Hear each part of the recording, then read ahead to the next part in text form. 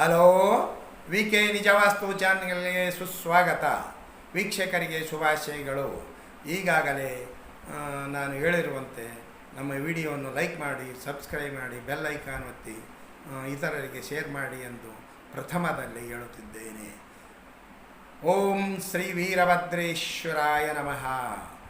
ಓಂ ಪರಮಪೂಜ್ಯ ಶ್ರೀ ಚನ್ನಬಸವ ಮಹಾಸ್ವಾಮಿಗಳ ನಮೋ ನಮೋ ಆಶೀರ್ವಾದದಿಂದ ನನ್ನ ವಿಡಿಯೋವನ್ನು ಮತ್ತೆ ಪುನಃ ಆರಂಭ ಮಾಡುತ್ತಿದ್ದೇನೆ.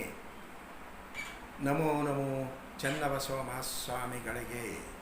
ಈಗಾಗಲೇ ನಾನು ಮಹಾಸ್ವಾಮಿಗಳ ನೆಲೆಸಿರುವಂಥ ಸ್ಥಳದ ಬಗ್ಗೆ, ವಾಸಸ್ಥಾನದ ಬಗ್ಗೆ,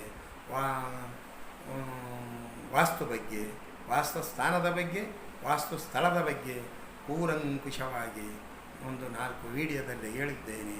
ಮುಂದಿನ ವಿಡಿಯೋದಲ್ಲಿ ಹೇಳಬೇಕೆಂದರೆ ಅವರು ಪರಮಪೂಜ್ಯ ಚನ್ನಬಸವ ಮಹಾಸ್ವಾಮಿಗಳು ಲಿಂಗೈಕ್ಯವಾದಂಥ ಗದ್ದುಗೆಯ ಸ್ಥಳವು ಮಠದ ಉತ್ತರದ ವಾಯುಭಾಗದಲ್ಲಿ ಅವರನ್ನು ಲಿಂಗೈಕ್ಯವಾದ ಸ್ಥಳವು ಗದ್ದುಗೆಯಿರುವುದು. ಇದು ಉತ್ತರದ ವಾಯು ಸ್ಥಳ ಅಂತಂದರೆ ಅಲ್ಲಿ ಮನೆಯ ಒಡೆಯನು ನೆಲೆಸಿರುವಂಥ ಸ್ಥಳ. ಅದು ಅಂಥ ಅಭಿವೃದ್ಧಿ ಹೊಂದುವ ಸ್ಥಳ.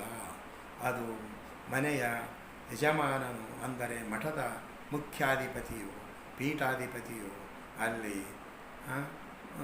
ಅವರನ್ನು ಗದ್ದುಗೆ ಇರುವುದರಿಂದ ಅದು ಆ ಮಠದ ಭಾಗದಲ್ಲಿ, ಉತ್ತರ ವಾಯುದ ಭಾಗದಲ್ಲಿ ಅದು ಎಷ್ಟು ಒಳ್ಳೆಯ ಕೊಡುಗೆಯನ್ನು ಕೊಡುತ್ತದೆಂದರೆ ಅದು ಮಠಕ್ಕೆ ಒಳ್ಳೆಯ ಮಹಾಸ್ವಾಮಿಗಳು ಗದ್ದುಗೆಯಿಂದ ಉತ್ತರ ಈಶಾನ್ಯ ಮತ್ತು ಪೂರ್ವ ಈಶಾನ್ಯ ಮತ್ತು ದಕ್ಷಿಣದ ಆಗ್ನೇಯ ಭಾಗದಲ್ಲಿ 3 ಬಾಗಿಲುಗಳು ಉಂಟು. ಆ ಬಾಗಿಲುಗಳು ಒಳ್ಳೆಯ ಕೊಡುಗೆಯನ್ನು ಕೊಡುವಂಥ ಆ ಗದ್ದುಗೆಯ ಇರುವಂಥ ಮಠಕ್ಕೆ ಒಳ್ಳೆಯ ಸ್ಥಳವಾಗಿರುವುದರಿಂದ ಆ ಮಹಾಮಹಿಮರು ಅದೆಂಥ ಸ್ಥಳದಲ್ಲಿ ನೆಲೆಸಿದ್ದಾರೆಂದರೆ ಅದಕ್ಕೆ ಆ ವಾಸ್ತುಶಾಸ್ತ್ರವೇ ಮುಖ್ಯ, ವಾಸ್ತುಸ್ಥಾನವೇ ಮುಖ್ಯ.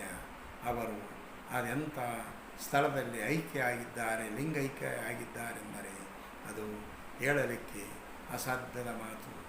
ಅಲ್ಲಿ ಬರುವಂಥ ಭಕ್ತಾದಿಗಳು ಅವರು ತಮ್ಮ ನಂಬಿಕೆಗೆ ಅನುಗುಣವಾಗಿ ತಮ್ಮ ಮನಸ್ಸಿನಲ್ಲೇ ಇರುವಂಥ ಬೇಡಿಕೆಗಳನ್ನು ಸಲ್ಲಿಸಿ ಅದರಿಂದ ತಮ್ಮ ಬೇಡಿಕೆಗಳು ಈಡೇರಿದಾಗ ಆ ಭಕ್ತರು ಬಂದು